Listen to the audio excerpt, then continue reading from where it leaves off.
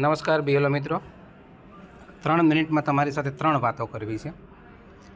સૌપ્રથમ તો ઘણા બધા બીએલઓની પાસે આપણે આ નવીનતમ માહિતીઓ પહોંચાડીએ છીએ અને એના કામમાં પણ આવે છે. ઘણા બધા મિત્રો આપણી આ માહિતીઓને જુએ છે. જે પ્રથમ વખત આવેલા હોય તો સબસ્ક્રાઈબ અવશ્ય કરશો ચેનલને. બીજી બાબત એ છે કે લોજિકલ ડિસ્ક્રિપન્સી જે હતી તમે અગાઉ પણ નિકાલ કર્યો છે અને હમણાં તાજેતરમાં જ તમે નિકાલ કરતા હતા લોજિકલ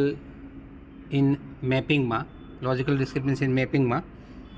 એ તમામની નોટિસો જનરેટ થવાની છે, તો એ પ્રમાણેના શેડ્યુલ પણ આપણને મળશે.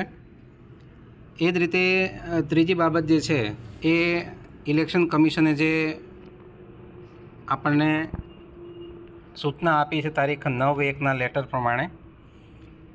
9/1ના લેટરમાં એવું લખ્યું છે કે જે સિટીઝનને તમે નોટિસ બજવો છો એ પૈકી જો આ 5 પ્રકારના સિટીઝન હોય એટલે કે મતદારો હોય તો એને આપણે સુનાવણીમાં પોતે હાજર રહેવા માટે મુક્તિ આપી શકીએ. સૌપ્રથમ તો સિટીઝન રિસાઇડિંગ અબ્રોડ એટલે કે જેઓ વિદેશમાં રહે છે આઉટસાઇડ ઇન્ડિયા, એ સ્ટડી માટે હોય, ઓફિશિયલ એંગેજમેન્ટ હોય, મેડિકલ પર્પઝ માટે હોય કે પછી કોઈ પણ અધર વેલિડ રીઝન હોય. બીજું છે elector away from the state એટલે કે સ્ટુડન્ટ હોય અને ટેમ્પરરી ગુજરાતની બહાર અભ્યાસ કરતા હોય, હોસ્પિટલાઇઝેશન હોય અથવા તો પ્રાઇવેટ સેક્ટરમાં ક્યાંક ગુજરાતની બહાર એ લોકો એમ્પ્લોયમેન્ટ એટલે કે નોકરી કરતા હોય. Service and PUC personal, government employee હોય, મિલિટરી પરમેનન્ટ પર્સનલ હોય અથવા તો પીએસયુ એમ્પ્લોય હોય જે આપણા સ્ટેટની બહારના સ્ટેટમાં પોસ્ટેડ હોય પણ હોય આપણા મતદાર.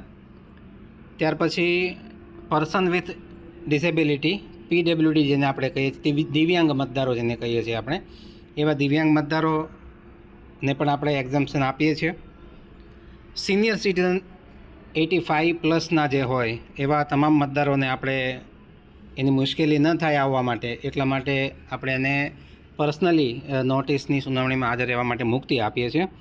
પણ જે વ્યક્તિ એના વતી હાજર રહે છે એને પોતાની ઓળખાણ આપવાની રહેશે અને એ ફેમિલી મેમ્બર છે એના માટેનો કોઈ પણ પુરાવો બતાવવો પડે અને 13 પુરાવા પૈકી જે પુરાવા રજૂ કરતા હોય એ જે તે અધિકારી પાસે આપણે રજૂ કરવાના થતા હોય છે.